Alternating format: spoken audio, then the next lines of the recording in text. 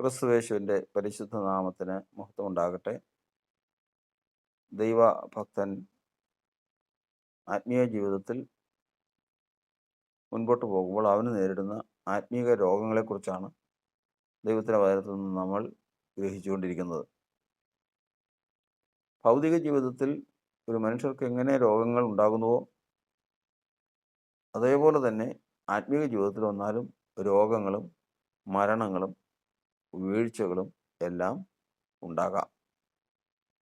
അത് മുൻകൂട്ടി അറിഞ്ഞ് അത് ദൈവത്തിന് മുമ്പാകെ ബോധ്യമുള്ളവനായി സഹായത്തിനായിട്ട് കർത്താവിനെ സമീപിച്ചാൽ കർത്താവ് വൈദ്യനായിരുന്നു ആ രോഗങ്ങളൊക്കെയും സൗഖ്യമാക്കി നമ്മെ ആരോഗ്യമുള്ളവരായി നിലനിർത്തുവാൻ നടത്തുവാൻ ശക്തനാണ്. ഞാൻ നിന്നെ സൗഖ്യമാക്കുന്ന കർത്താവെന്ന് നമ്മോട് കർത്താവ് വാഗ്ദാനം പറഞ്ഞിട്ടുള്ളത് കൊണ്ട് ധൈര്യമായിട്ട് കർത്താവിൻ്റെ അടുക്കൽ വന്ന് നമ്മുടെ ആയുഷ്കാലം പൂർത്തിയാക്കാൻ കഴിവുള്ളവനായ കർത്താവ് നമുക്ക് വേണ്ടി പ്രവർത്തിക്കുന്നത് അനുഭവിപ്പാൻ കർത്താവ് നമുക്ക് കൃപ തരട്ടെ. കഴിഞ്ഞ ഭാഗങ്ങളിലൊക്കെയും നമ്മൾ ഓരോ രോഗങ്ങളെക്കുറിച്ച് നമ്മൾ ചിന്തിപ്പാൻ ഇടയായി തീർന്നു. ഇന്ന് നമ്മൾ ചിന്തിക്കുന്നത് ഉളുക്കിപ്പോയ കാല്. ഇതാണ് ഇന്ന് നമ്മൾ ചിന്തിക്കുന്ന വിഷയം. നമുക്കറിയാം, ലോകത്തിൽ ഒരു മനുഷ്യൻ നടക്കുമ്പോൾ വല്ലാതെ മുടന്തോടു കൂടി നടക്കുമ്പോൾ, ഉളുക്കിയ നിലയിൽ നടക്കുമ്പോൾ എല്ലാവരും ചോദിക്കും, എന്ത് പറ്റി? ഓ, അവിടെ ഒന്ന് കാനയിൽ വീണതാ, അല്ലെങ്കിൽ സൈക്കിളിൽ നിന്ന് വീണതാ, അല്ലെങ്കിൽ അവിടെ മുട്ടുകുത്തി വീണതാ, അല്ലെങ്കിൽ വഴിയിലൊരു ഏതെങ്കിലും തരത്തിൽ തനിക്ക് സംഭവിച്ചതിനെക്കുറിച്ച് അവിടെ ഒരു വാർത്ത അവിടെ നിന്ന് ആ മനുഷ്യൻ പറയുന്നത് കേൾക്കാനിടയായി തീരും. ഇതെന്തുകൊണ്ടാണ്, അല്ലെങ്കിൽ ഇതെന്താണത്, ഇതിൻ്റെ പൊരുളെന്താണ്? നമുക്ക് എബ്രായ ലേഖനം 12-ാം അധ്യായത്തിൻ്റെ 12-ാം വാക്യം, 12-13 വാക്യങ്ങൾ വായിക്കാം. ആകയാൽ തളർന്ന കൈയും കുഴഞ്ഞ മുഴങ്കാലും നിവർത്തുവീൻ, മുടന്നുള്ളത് ഉളുക്കിപ്പോകാതെ ഭേദമാകേണ്ടതിന് നിങ്ങളുടെ കാലിന് പാത നിരത്തുവീൻ. ഇവിടെ വചനത്തിൽ എഴുതിയിരിക്കുന്നത് മുടന്തുള്ളത് ഉളുക്കിപ്പോകരുത്. ഇവിടെ നമ്മൾ ചിന്തിക്കുന്നത് ഒന്നാമത്തെ കാര്യം, മുടന്തെന്ന് പറയുന്നത് എന്താണ്? നമുക്കറിയാം, ജന്മനാ മുടന്തനായിട്ടുള്ളവരുണ്ട്. എന്നാൽ ജന്മന ഉളുക്കിപ്പോയവരത് കേട്ടിട്ടില്ല. അവ മുടന്നെന്നുള്ളത് ജന്മനാ ഉണ്ടാകാം. ഉളുക്കെന്ന് പറയുന്നത് ലോകത്തിലെ ജീവിതത്തിൽ അവന് സംഭവിക്കുന്നതാണ്. അത് എങ്ങനെയാണ് അത് സംഭവിക്കുന്നത്? എന്താണ് മുടന്തെന്ന് പറയുന്നത്? അതാണ് കർത്താവിൻ്റെ വചനത്തിൽ നമ്മൾ പഠിക്കുന്നത് മുടന്തില്ലാത്തവരില്ല. അതായത് ബലഹീനതയില്ലാത്തവരില്ല. എല്ലാ മനുഷ്യർക്കും അവരവരുടേതായ ഒരു ബലഹീനതയുണ്ട്. ഈ ബലഹീനത എന്ന് പറഞ്ഞു കഴിഞ്ഞാൽ, ചിലർക്ക് ഭക്ഷണപ്രിയന്മാരാണ്, ചിലർക്ക് ദ്രവ്യാഗ്രഹമാണ്, ചിലർക്ക് ബഹുമാനമാണ്, മറ്റുള്ള ഒരാൾ ബഹുമാനിക്കപ്പെടണം. ഇതാണ് അവരുടെ ലക്ഷ്യം. ഇങ്ങനെ ഈ ഭൂമിയിൽ ജനിക്കുന്ന ക്രിസ്തുയേശു ഒഴികെ ബാക്കിയുള്ള എല്ലാ മനുഷ്യർക്കും സുബോധത്തിൽ, ഈ ലോകത്തിൻ്റെതായ സുബോധത്തിൽ ജീവിക്കുന്ന എല്ലാ മനുഷ്യർക്കും അവരവരുടേതായിട്ടുള്ള ഒരു മുടന്തമുണ്ട്. അതെല്ലാ മനുഷ്യർക്കും ഉണ്ട്. ഇതിനാണ് സ്വമേധാ പാപം അല്ലെങ്കിൽ സ്വന്തം പാപം എന്ന് പറയുന്നത്. വിശ്വാസത്തിലേക്ക് വരുമ്പോൾ ഈ സ്വന്തം പാപം ഉപേക്ഷിച്ചിട്ടാണ് വിശ്വാസത്തിലേക്ക് വരുന്നത്. അങ്ങനെ വിശ്വാസത്തിലേക്ക് സ്വന്തം പാപം ഉപേക്ഷിച്ചിട്ട് വരുമ്പോൾ ആ മനുഷ്യൻ അതിനാൽ പരീക്ഷിക്കപ്പെടും. അതുകൊണ്ട് കർത്താവിൻ്റെ വചനം പറയുന്നത്, തൻ്റെ തെറ്റുകളെ ഗ്രഹിക്കുന്നവനാര്?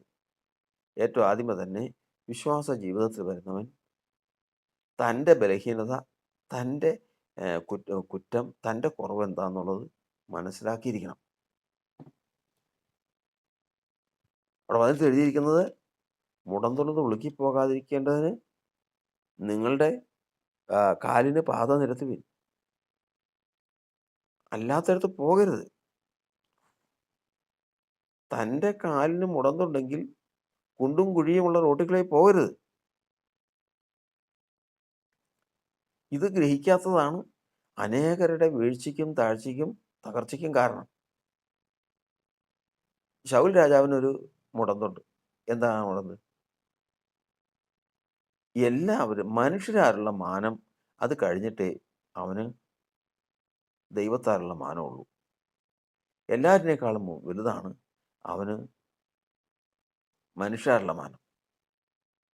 ഇനിയിപ്പോൾ ദൈവം മാനിച്ചില്ലെങ്കിലും മനുഷ്യർ മാനിച്ചു കഴിഞ്ഞാൽ അവൻ സഹിക്കും. പക്ഷേ മനുഷ്യർ മാനിച്ചില്ല എങ്കിൽ സഹിക്കാൻ പറ്റില്ല.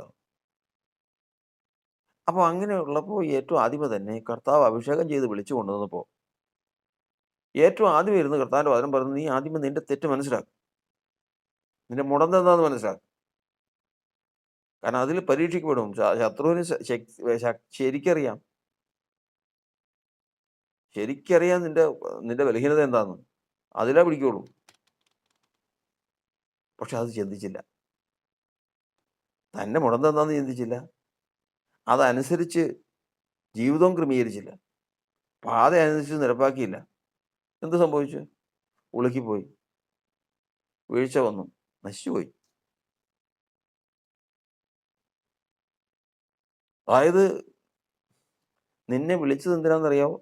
ശൗലിനോട് കർത്താവ് പറഞ്ഞതാ, നിന്നെ വിളിച്ചത് തന്നെ അമാലേക്കർ എന്ന് പറയുന്ന ജാതികളായിരിക്കുന്ന പാപികളെ നശിപ്പിക്കാനാണ്.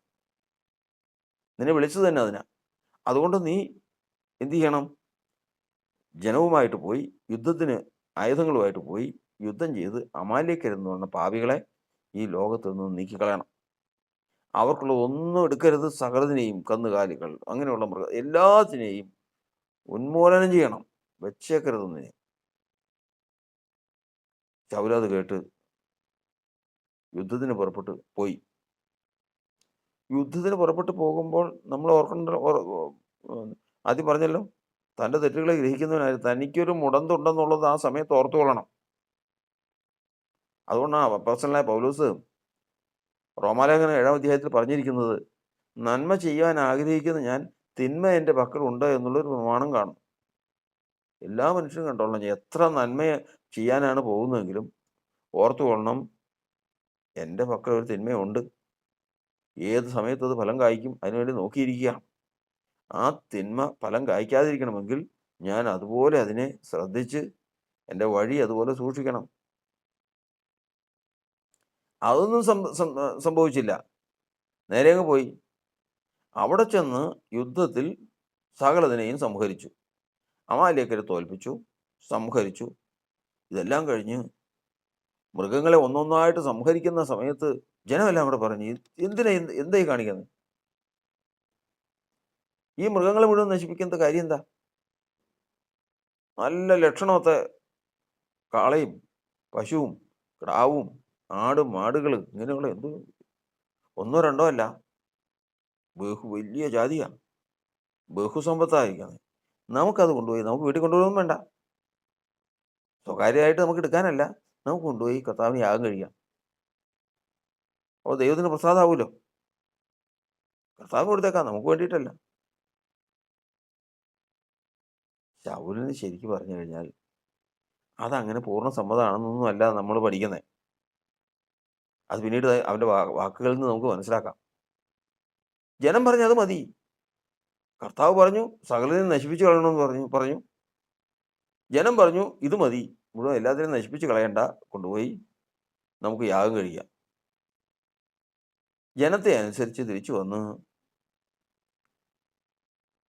ജയിച്ചു എന്ന് പറഞ്ഞിരിക്കുന്ന സമയത്ത് ശമൂവേൽ പ്രവാചകൻ വന്നു. ശമൂവേൽ പ്രവാചകൻ വന്നു കഴിഞ്ഞപ്പോൾ എതിരേറ്റ് ചെന്നതിന് ശേഷം ശൗൽ പറഞ്ഞു, നീ യഹോവയാൽ അനുഗ്രഹിക്കപ്പെട്ടവൻ. ഞാൻ കർത്താവിൻ്റെ കൽപ്പന അനുസരിച്ച് ചെന്ന് അമാലേക്കരെ മുഴുവനും സംഹരിച്ചു കളഞ്ഞു. അവനുള്ളത് മുഴുവൻ ഞാൻ സംഹരിച്ചു കളഞ്ഞു.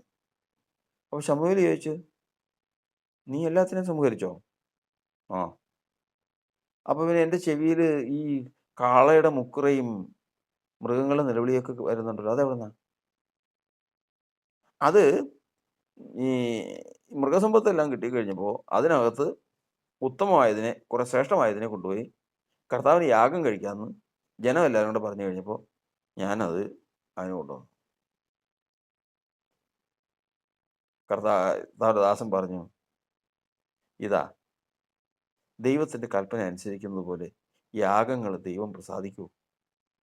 എന്തിനാ എന്തിനാ യാഗം വന്നേ? ഈ ഭൂമിയിൽ ആദാമിനെ സൃഷ്ടിച്ചപ്പോൾ യാഗം ഉണ്ടായിരുന്നോ? ഇല്ല. പിന്നെ യാഗം തുടങ്ങിയത് എന്തുകൊണ്ടാ? അനുസരണക്കേട് കൊണ്ടാ. അപ്പൊ അനുസരണക്കേട് കൊണ്ട് തുടങ്ങിയ യാഗം ആ യാഗം കൊണ്ട് അനുസരണക്കേട് തിരുത്താൻ പറ്റുമോ? അത് സാധിക്കില്ല. നിന്റെ രാജ്യത്തെ നിന്നിൽ നിന്ന് കർത്താവ് നീക്കി. വാർത്തകൾ കഠിനമായിരുന്നു. ദൈവം തനിക്ക് ബോധിച്ച ഒരുവനെ നോക്കി, അനുസരിക്കുന്ന ഒരുത്തനെ നോക്കിയിട്ടുണ്ട്. അപ്പോൾ ശൗല് പറഞ്ഞ വാക്കാണ്, ഞാൻ ജനത്തെ അനുസരിച്ച് ദൈവത്തിന്റെ കൽപ്പന നിരസിച്ചതിനാൽ ഞാൻ യഹോവയോട് പാപം ചെയ്തിരിക്കുന്നു. കർത്താവ് അവനെന്തായിരുന്നു? അവന്റെ മുടന്താണ് ബഹുജനത്തെ മാനിച്ച്, ബഹുജനത്തിന്റെ മാനം എല്ലാറ്റിനേക്കാളും വലുതായിട്ട് താൻ കണക്ക് കൂട്ടുക എന്നുള്ളത്.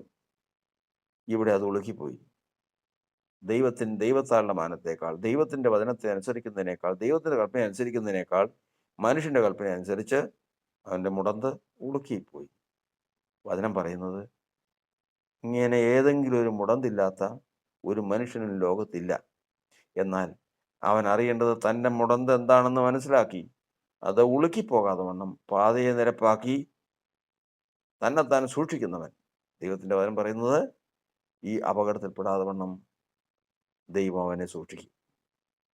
ഉളുക്ക് എന്ന് പറയുന്നത് മുടന്ത് ഉളുക്കിപ്പോകുന്നതാണ്.